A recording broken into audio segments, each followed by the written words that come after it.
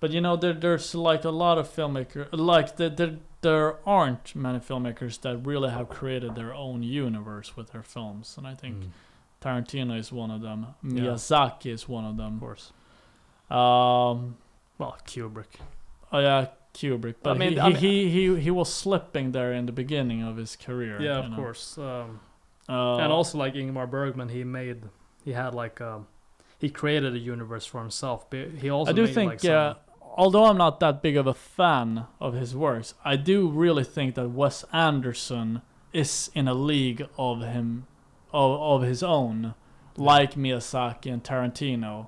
Like he has a really particular cinematic world. Yeah, and he seems to think of his filmography. Yeah.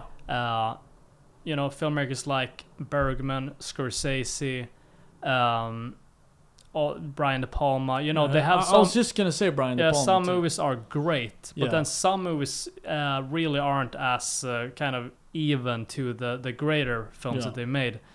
I would argue that I would say Scorsese is better. Scorsese is better. Yeah. Scorsese is better, personally. But Tarantino, Paul Thomas Anderson, I think have a very even quality throughout their whole career. Yeah. And I think that's admirable too when they think of their filmography. Yeah. I mean, I'm not sure that PTA thinks of his filmography in that sense. No. But I know for a fact that Tarantino does. Yeah, well, I wouldn't, I think, I respect PTA as a filmmaker. Yeah. But I wouldn't place him, as one of those filmmakers who is in a league of their own. But then also Kubrick doesn't have a perfect filmography. No, but maybe I wouldn't place him there. But No. maybe, Tarantino, Miyazaki, Anderson. And Miyazaki also doesn't have a perfect Wes Anderson in this case. Yeah. Oh, because go ahead. Miyazaki doesn't have a perfect filmography either. You Because don't think he's... so?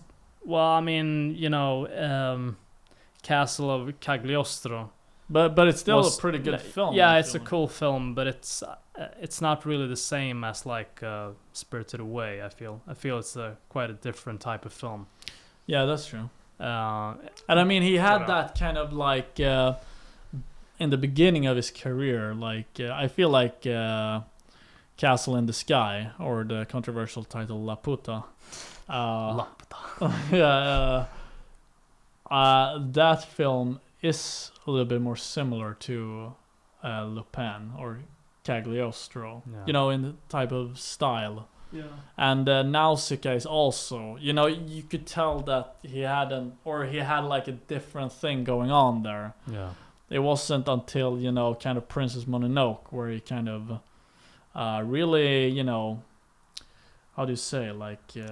found his jam. Yeah, I mean, he was already pretty good, but then he like became even better. Yeah, so from Mononoke up to now, I think he has the most consistent. Yeah. Although he was slipping a little bit with The Wind Rises, I feel. Yeah, I mean, you could.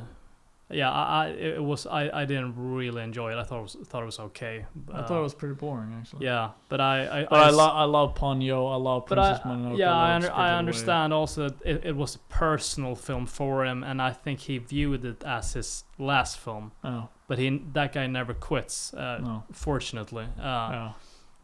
But I guess it's kind of the same thing like with Once Upon a Time in Hollywood, which I think a lot of people were underwhelmed by as well. Yeah. It's kind of a personal film, and usually my view is that personal films aren't as gratifying to the audience. That's a very good observation you're making there also, because I kind of agree. I agree with that. Like, what is it like every time these like really great filmmakers, when they're supposed to make their like signing off, it's not really even a movie. I feel like The Wind Rises and Once Upon a Time in Hollywood, they're kind of like kind of low on story. I feel like true, and they kind of become sentimental. Like what is this?